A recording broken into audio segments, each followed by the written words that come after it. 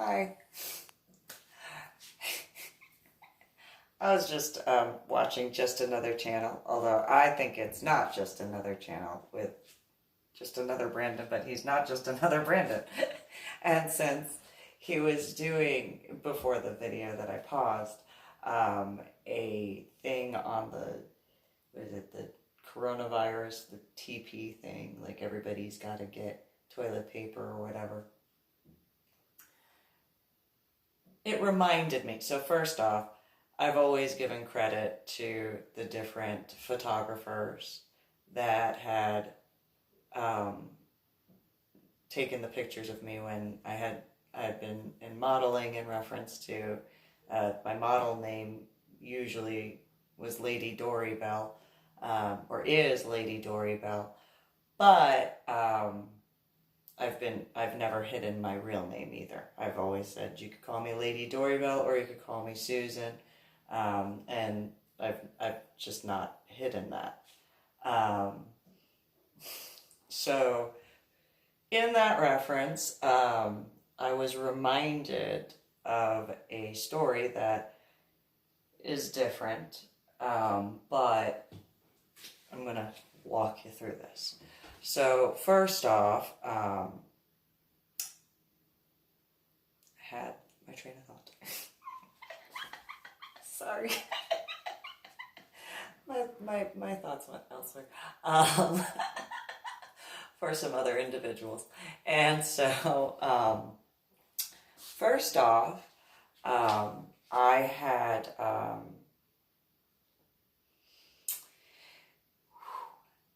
I had known some individuals over the years. Obviously, every person, every human being knows several people.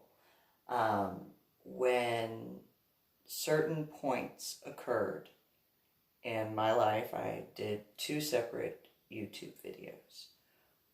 I admit, because of my memory issues, don't remember the emails, can't figure that out.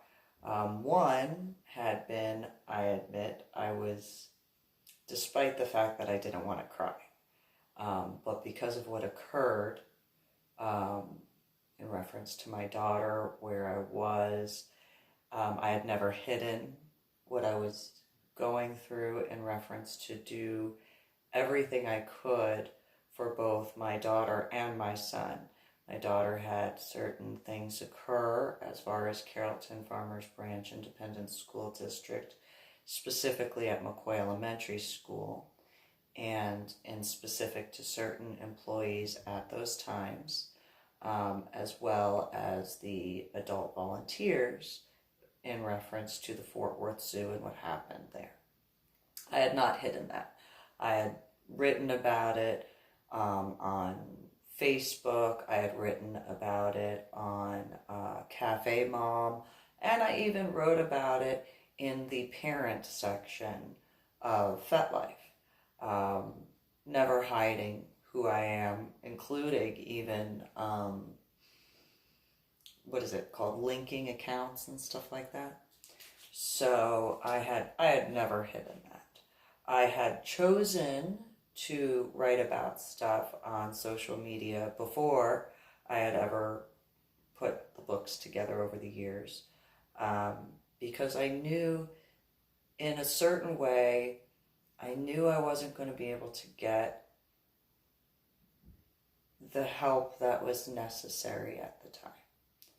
And though I was hoping that there would be someone who would see my journal entries and my blogs in the different social media realms, that they would reach out to me, contact me, and let me know what I needed to do, just as much as I was sending out emails and stuff like that, like really trying to make sure that I could get my daughter the help that she needed, while at the same time of trying to make sure my son was squared away and giving him what he needed. However, I also knew that what I was experiencing as a mom, what my daughter was experiencing, and what my son was experiencing were not just us. I knew that there were other children who had wrongly been discriminated against because of their parents. Whether it was in reference to their biological father who had died, or obviously me. I was in the state of Texas when it happened. Look up Carrollton, Texas, which is where I was living. This is the way I would normally dress, with the exception of wearing a dress, usually pants, and then I'd have my arm tattoo showing. And despite the fact this part wasn't waxed, it was still, my haircut was bright red, the wispies. That was a big problem for certain individuals. Not all. There were plenty of people in Carrollton, Texas that I did not have a problem with. At least it didn't come across that way. But I also knew that if I didn't write it down and give that kind of, I guess, technically a voice, and people would be able to read it, maybe if they weren't able to help in certain regards, because I don't know how certain things go, they could at least prevent that from happening to their children. They could at least make sure that their daughter or their son, or both, depending on what they had or have, were able to prevent that from happening to their children. As far as adults, maybe there was something that I had wrote or said that maybe gave them a glimmer of hope. I don't know. It wasn't like a big thing in such a way, and I don't know how to put it other than that. And not to degrade it, not to belittle it, but I knew that there were those who needed that uplifting. At the same time, I was already dealing with a lot of threats, more so in reference to lifestyle stuff, which had to do with being a part of the BDSM and LGBTQP and swinger communities. My biological family never approved of me. And in a lot of ways, I know especially the LGBTQP community very much understood that in many ways. Not that BDSMers and swingers didn't have that similarity in a lot of ways, and even the pagan community. But it was one of, when I was writing a lot more heavily back in the time frame of 2008-ish, more so in 2009, through to 2012, 2013, I was dealing with the school stuff. I was also, dealing with certain things when it came to, even though I was in the BDSM lifestyle and the LGBTQP community and the swinger lifestyle, obviously as well the pagan community.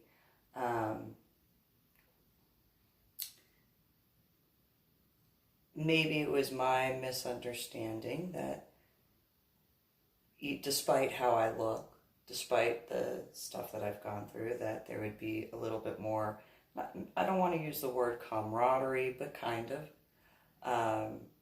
And there was a point where I had to move multiple times. Military guys very much understand this. But it was for the hospital aspect for my daughter. And I had actually been involved with I guess it's called a flame war. I don't know. It's like the typing thing. And somebody had actually accused me of moving back to the DFW area of Texas to be closer to events and parties. And if they actually knew the DFW area, first and foremost, I was in the Austin area of Texas when I moved back because of the hospital stuff. And if you look at events in the city of Austin, Texas, not in any offense towards the area of DFW, again, not the entire area of DFW, and not all of the people of DFW area, but the individuals that I was dealing with, if you actually looked at it, I had more available options to go to events and parties in the Austin area rather than the DFW area. Nothing offense towards that. But to make the accusation that I would choose to do so solely for the parties, no, not that I didn't enjoy it. Of course I did.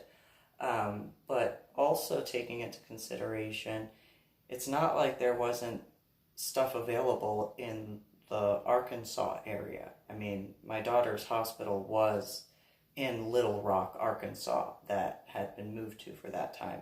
I highly doubt there were no BDSMers and no LGBTQers and no swingers in Little Rock, Arkansas. I have a really difficult time believing that. I actually met with a female and her son a few times during the afterwards from a doctor's appointment for my daughter. And so to think that there was nothing, I can't even. But in reference to what I consider not just another channel, but he calls it just another channel, from not just another Brandon or just another Brandon. It is what it is. He had made reference in, of course, this current time is the coronavirus thing and the TP or toilet paper issue. Back in Illinois, when I was a cheerleader, and I did not want to be one, my biological parents made me. They actually made me. Unlike with what I did with my children, I gave them the choices as best as I could, what electives they wanted to be a part of. I didn't criticize them. I gave limitations. So, for example, my son, when he wanted to get into football, he had to have a certain grade level for him to continue with going into football. I really had hoped and wanted him to stay more involved with tennis because he would have an easier time getting scholarships and a better availability for a professional aspect if he went that route. Not saying he couldn't do it with football. It was just I saw the different things that he really was good at and is. And so it was never to discourage them the way I had been. In reference to those 2 videos on YouTube that I had done, the first one, yes, I admit I cried because I had to, for the best for both my daughter and my son, to make sure that I was able to keep a roof over our heads, to make sure that both of them knew that I definitely did everything I possibly could for both of them, that there was that I gave everything I possibly could while staying true to myself. And I wanted in some ways to make sure my son and my daughter, if they were to ever see it, they knew at that moment how much I cared. Not to show weakness, because that is the way I was raised. I was raised that crying is a weakness. But videotaping it, allowing it to be on YouTube, it was because I had not allowed my children to actually see me cry up to that point. With everything that was going on, my children did not get to see me shed a tear. So my son could have thought that I was cold-hearted, or my daughter could have thought I was cold-hearted, which, furthest thing from the truth. I actually have an extremely big heart. It hurt a lot to go through all that stuff, but being a single mom, I had to do everything. And I know there are single parents who very much understand that. And so while I knew that there might be somebody who saw that, probably even made fun of me for that, at that point in time, as many times as I've been made fun of, it really didn't even cross my mind at that time being a big deal, because it was one of those, I've already been threatened as much as I have. I've already been made fun of as much as I have. What, you're going to make fun of me for crying because of being hurt about my children? That shows you what type of person you are, realistically. The other video that was in a different account because I couldn't remember stuff, and I had worn a black corset.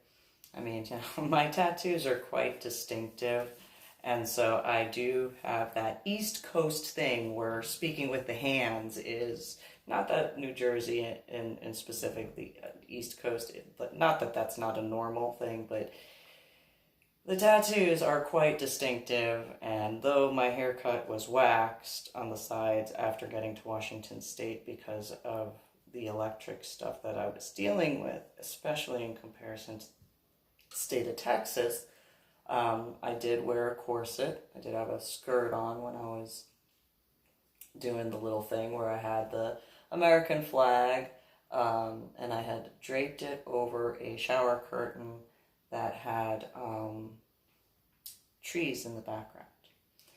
And I had printed out pictures, not because I didn't want to, I actually really thought it would be so cool to meet those people, be able to do the broadcast stuff with them like that. But I was just so overwhelmed with certain things that I needed a creative outlet, that not necessarily to stop my Medal of Honor art project the way in this regard, because of not wanting the problems that occurred in reference to Montana State and then the fires that broke out. The complete opposite. I did not want any of that to happen. Of course I care about the different areas of the United States of America. The amount of people that were impacted by that has weighed heavily on me, which is why I've written as much as I have. And yes, I know I have this book here, and trying to make sure that the people of the United States of America, you know, whatever level, whether civilian, law enforcement, military, fire department, EMS, elected officials, religious, not religious, whatever, knew that that was important to keep everybody safe. It didn't matter what your background, how much you make or don't make, it doesn't matter. It was to make sure of safety, as to why I have not done the stuff as far as my Medal of Honor art project in the state of Texas. It's not to denounce the state of Texas, obviously. I wouldn't be here. I wouldn't have gone as far as I have to try to make sure that some of the stuff that I wrote in my first two books weren't taken care of, because obviously I wouldn't have gone over to the FBI and been like, hey, here you go, here NSA guys, you want the external hard drive? I'll take it out of the car, let you guys have it. You know, can I just make sure that I get the files back? But, you know, that didn't go that route when I was in Washington. I was actually, like, that was part of the reason why I was out there, was to just give them the external hard drive, but it didn't get to that point. And so it's not that I haven't wanted to continue with my Medal of Honor art project, but I also knew that there were various aspects that needed to be taken care of, being responsible type of thing. So, although I didn't get to say that when I was at the NSA, I did say, I want to give you techie stuff, because I don't understand what's going on, and I was willing to give them. And anyway, that is what it is. It's not like they don't know where I am. Can't go out to the NSA and expect them not to be like, excuse me? Can't go into the FBI and them not be like, and where do you think you're going? You know, and then the Medal of Honor art project stuff. But in reference to the Just Another Channel and Just Another Brandon, but not Just Another Channel and not Just Another Brandon, my opinion. He was doing a thing in reference to the toilet paper coronavirus thingamabob, and it reminded me of all that. My mind goes really fast, very quickly. also reminded me of the time in reference to being a cheerleader. I did not want to be a cheerleader. Not because I have anything against cheerleaders at all. It's just I was a tomboy. I grew up in New Jersey.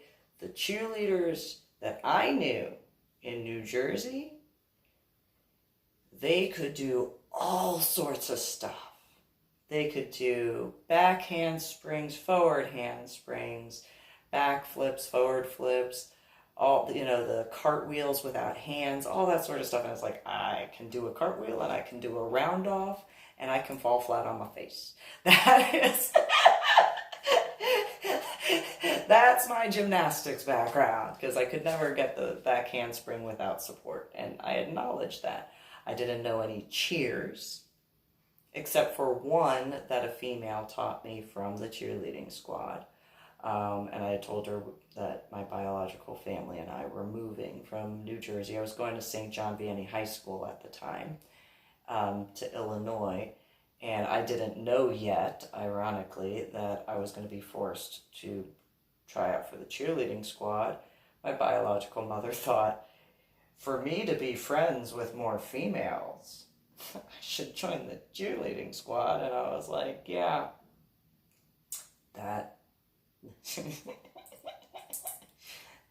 not going to go well. I really don't think that's a good idea, and I had no choice, so I dealt with it.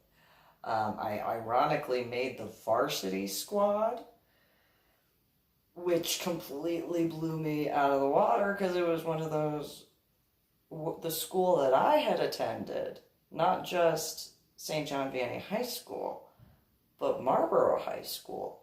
You could not get on the freshman squad if you couldn't do a back handspring into a backflip. Could not get onto the freshman squad. I got onto the varsity squad, and I was looking at the JV squad, and I'm like, they can do more than the I'm so confused. It's a little backwards.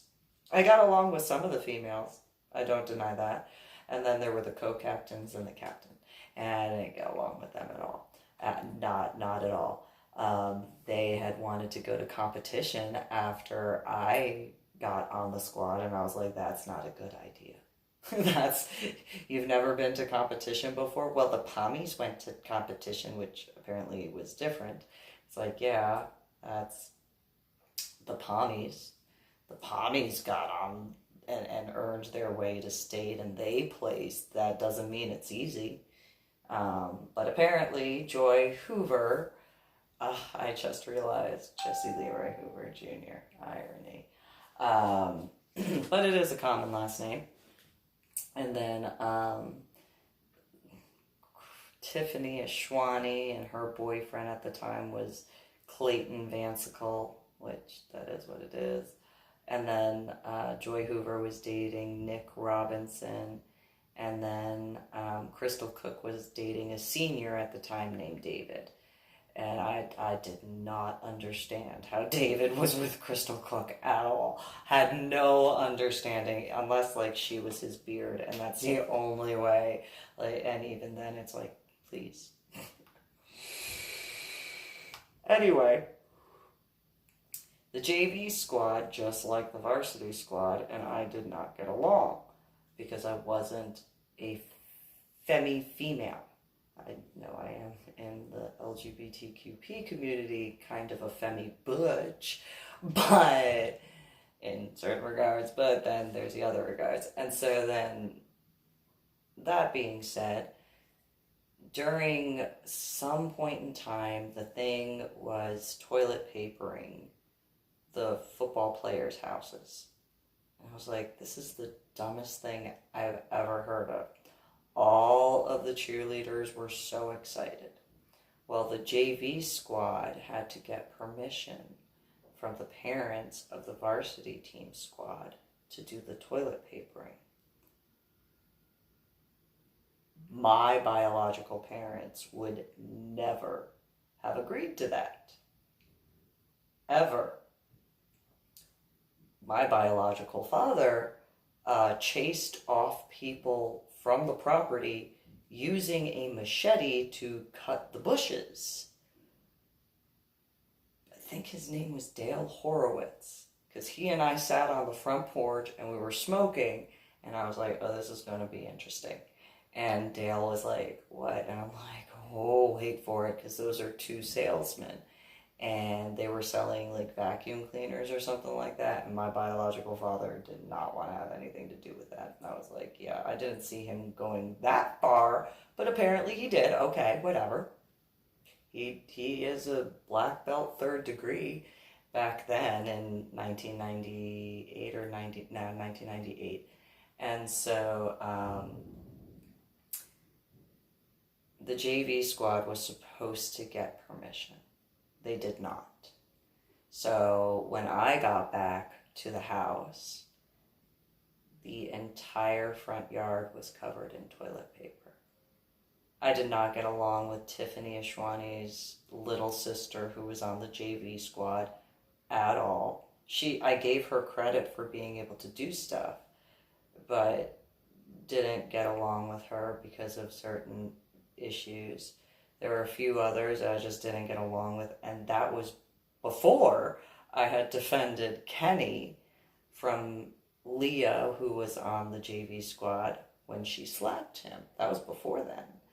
And so came back from not wanting to toilet paper the football team's houses. So I was like, I don't think they actually give permission. Like, I don't know why you say you get permission to do this. It doesn't seem right. And you don't, like, if you guys don't really have permission, you don't know who their parents are or what they deal with. And every one of the cheerleaders were like, it's no big deal, don't worry about it. It's like, it actually seems like a big deal. It seems like you guys are asking for trouble. Well, when I got back, I found out that the house had been toilet papered. I dealt with my biological father taking me down to the basement to have a conversation. Nobody in the school knew how things were in the house at that time, or at all. And then, not to the level that it was. When I got back out, Dale was out in the front yard, and he was like, what happened? I was like, I don't know. And he did help clean up the stuff, because he said that he saw the JV team doing it. And I was like, great. So then, I'm sure that nobody would have an issue envisioning this. So the next practice, I walk in, and everybody's doing their stretches. And I go, who the fuck decided it would be a good idea to toilet paper my house? And the little co-captains run up and they're like, we did it. And I was like, you best stay the fuck away from me. Don't ever come near me again. Don't come near my property because of what I had to deal with because of you. Oh, ha, ha, ha. It was a joke. It was just in fun. What I dealt with afterwards because of your bullshit fun was not fun to me. So stay away from me. Don't come anywhere near me. Because if you come near me, I am going to promise you, the response to you is not going to be nice. I am not like you. I am not wanting to be a part of your crap, literally, since you use toilet paper. And if you come near me, I promise you, it's not going to be pretty. It's going to be painful for you. And I don't mean emotionally painful. I mean physically painful. And Tiffany, or I think that was her name, or Tiffany's little sister, the blonde one, goes, what are you going to do about that? And I was like, honey, I'm from New Jersey. Why don't you think for a second what I will do to you if I have to defend myself? And she was just like, oh, you can't do anything. Less than about 2 or 3 weeks later would be when one of the other JV cheerleaders went and slapped Kenny. And what happened was I picked up the cafeteria table, the long one, and threw it across the cafeteria. And it was the table that was closest to the wall. And that table was flipped from the side that was closest to the wall, landed on top of the lockers, and then bounced off of them before I very, very slowly pulled the chair from Leah close to me so we were nose to nose. Those who've been in the military understand what I mean. We were nose to nose. And unlike in the military, we actually were nose to nose. And I whispered a few words to inform her that I was unhappy. And she was not to hurt my friends again, because like there was the whole group of them there, so I didn't know the whole thing that had gone on. I just saw the handprint on Kenny's face. And I was like, I don't think so. And then shortly after that would have been the time frame of the competition and that whole thing. And I did not want to be a part of it on the bus. So for clarification for the people from New Jersey, on the bus, I found out that I was going to be in the solo competition. I was voluntold that I was going to be in the solo competition. I'm like, really? I know the cheers for Crystal Lake South, and I'm not willing to do that. I'm not willing to do one of those cheers. I know I have to for the competition with the team, but I don't want to do that on my own at all, whatsoever, at all. Don't want to. And it's weird because I actually kind of still remember that cheer. I am so mad that I actually do, so I'm going to actually do it. Because I can't believe it's been years since I've done this. I'm so mad. Gotta get to it. Lancers, just do it. All right. And so, thanks, Lauren, from Homedale. Didn't want to have to use that, but you know, I'm sure that if she were to have ever seen the rest of them, been like, yeah, now I understand why she used that cheer. Yeah, it was a good idea. I was much louder. I was much louder. When doing that. Could have been a drill sergeant in elementary school with the way I could yell. But anyway, and it's funny because not just another Brandon or just another Brandon is former military, so he could probably be able to tell that voice type of thing. It's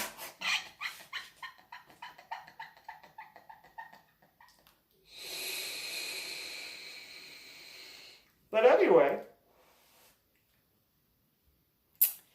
in reference to that, that would be the reference point. And because I believe in giving credit where credit is due, because of his video on Just Another Channel. There's that. And then I knew a guy named Brandon, which is not anything to do with video, but his name was Brandon.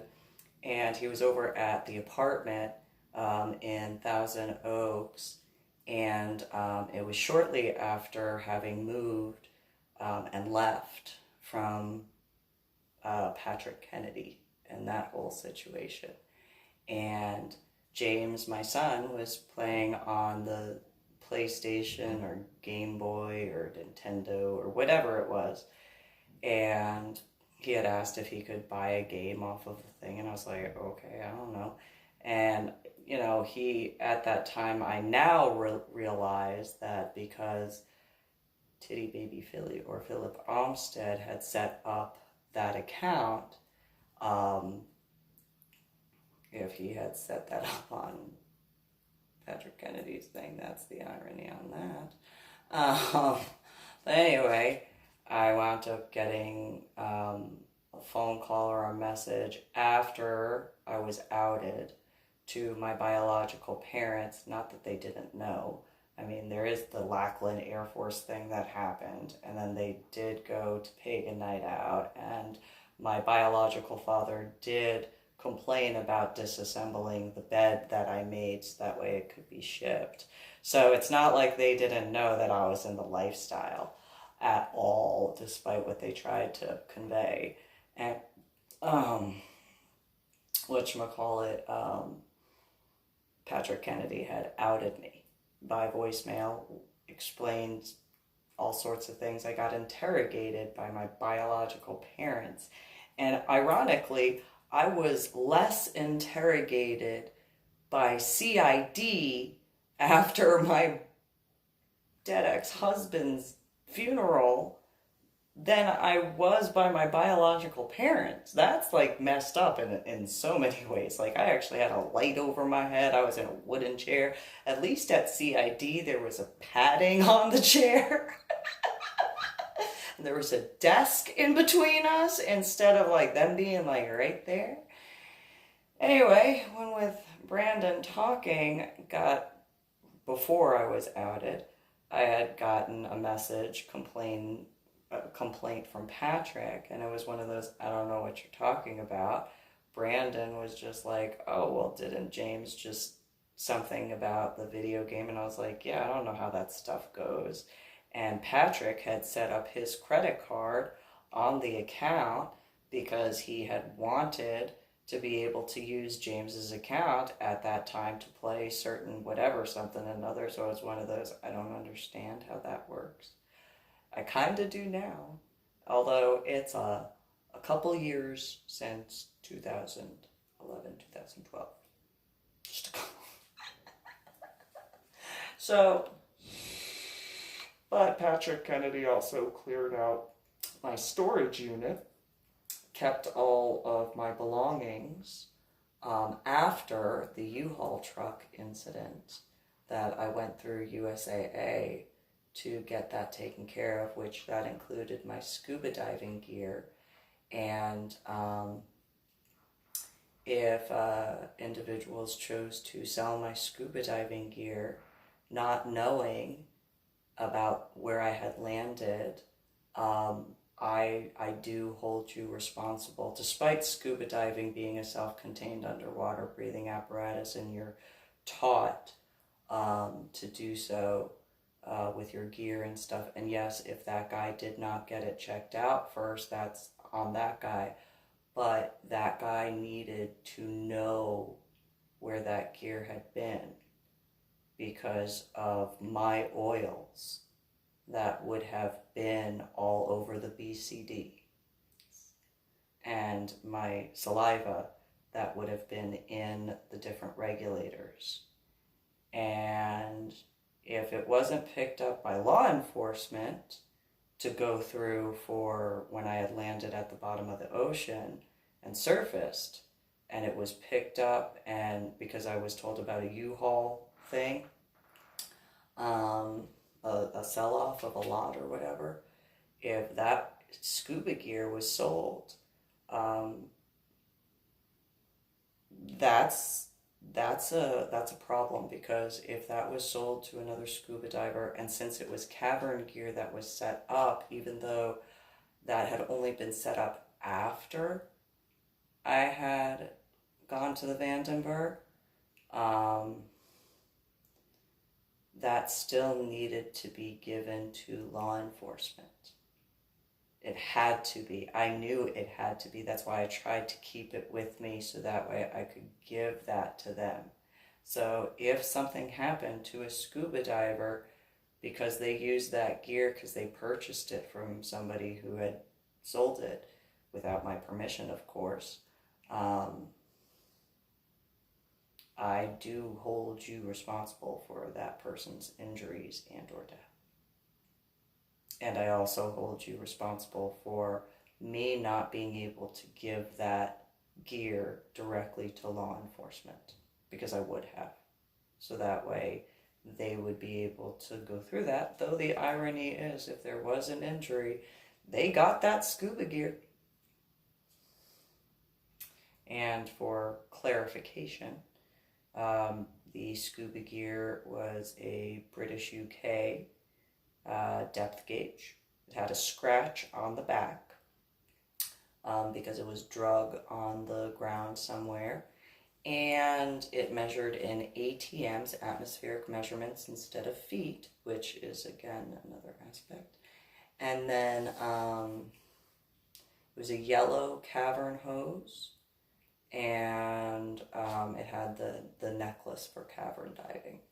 And then I had a spare regulator and a few other things. But that's the combination, once I'm done with this book, of clarifying and reading.